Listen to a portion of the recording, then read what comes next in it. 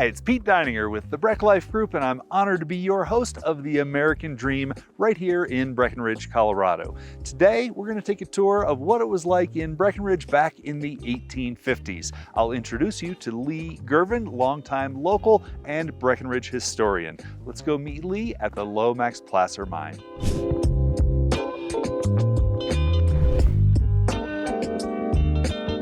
Well, Leigh, thanks so much for joining us today. Can you tell us, how did Breckenridge get its start? Yeah, thanks, Pete. Thanks for having me.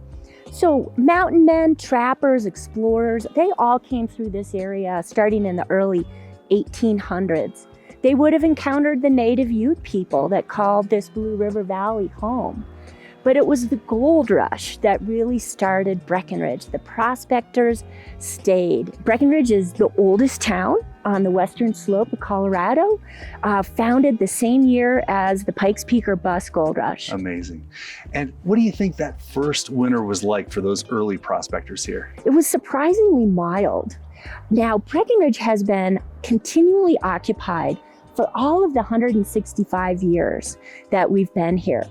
Those first prospectors overwintered, they built a fort and they kept weather records. So we know that that first winter of 1859-60 was very mild by our standards today. We would call it a drought year. Our economy today is based on the white gold of snow. But we know that they received about 50% less snow than we typically get in a winter here. Their temperatures were milder. They didn't have a point of reference. They didn't know any different. They probably thought it was always like this. They were in for a big surprise. Absolutely. And how has Breckenridge survived for more than 150 years as a town? It's the community, Pete. The community kept Breckenridge together. We were well situated to be a supply station. We also got a post office right away. January of 1860, that was a big deal. While the miners were toiling in the mines, the women kept the townspeople together. An early prospector, Mrs. Silverthorne, baked pies. She tended to sick miners. The men loved her. She also had 2 beautiful daughters. That didn't hurt. Well, Breckenridge has such a rich history and so much more than what you've been able to share today. If somebody's in town, where can they go to learn a little bit more about our history? We have a lot of great resources for history in Breckenridge. I encourage folks to stop by our visitor center, the Welcome Center Museum. Also, the Barney Ford House Museum is a great way to learn about history. Or come right here. We're at the Lomax Gulch Placer Historic Site, and this is another place to learn about the mining history of Breckenridge. Amazing. Well, Leigh, thank you so much for your time today. I can only imagine what life was like here in the 1800s, living at 10,000 feet above sea level. Certainly, log cabin living has gotten a whole lot easier today by comparison. Next, we're going to take a tour of a log home just north of the downtown Breckenridge area.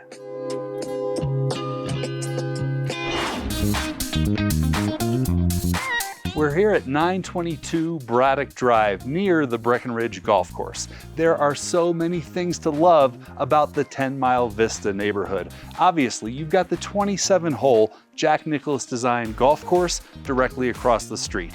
The Swan River runs right through the neighborhood, and you've got miles of hiking and biking trails on the Colorado Trail, which runs from Denver all the way to Durango. Obviously, this home is classic Colorado styling. Let's step inside and take a look.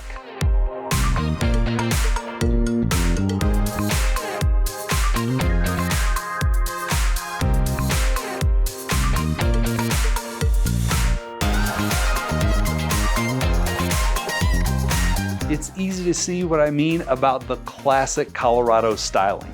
This 3-bed, 2-bath home is constructed of full round logs. You've got the vaulted ceilings and exposed log trusses. Enjoy relaxing around the freestanding wood stove after a day on the slopes, and in the summer, take in the best of outdoor living on the wraparound 3-sided deck where you'll enjoy sun, views, and privacy on over 3 acres of land. And From here, it's just a short drive to the Breckenridge Ski Resort for a day on the slopes. Then stroll to historic Main Street for shopping, dining, and nightlife. Well, that wraps up another day of living the Breck life. It's pretty wild to think what life was like back in the 1800s here in Breckenridge. Special thanks to Leigh Girvin for a little bit of Breckenridge history, and I look forward to sharing with you more of my favorite ski town on the next episode of The American Dream.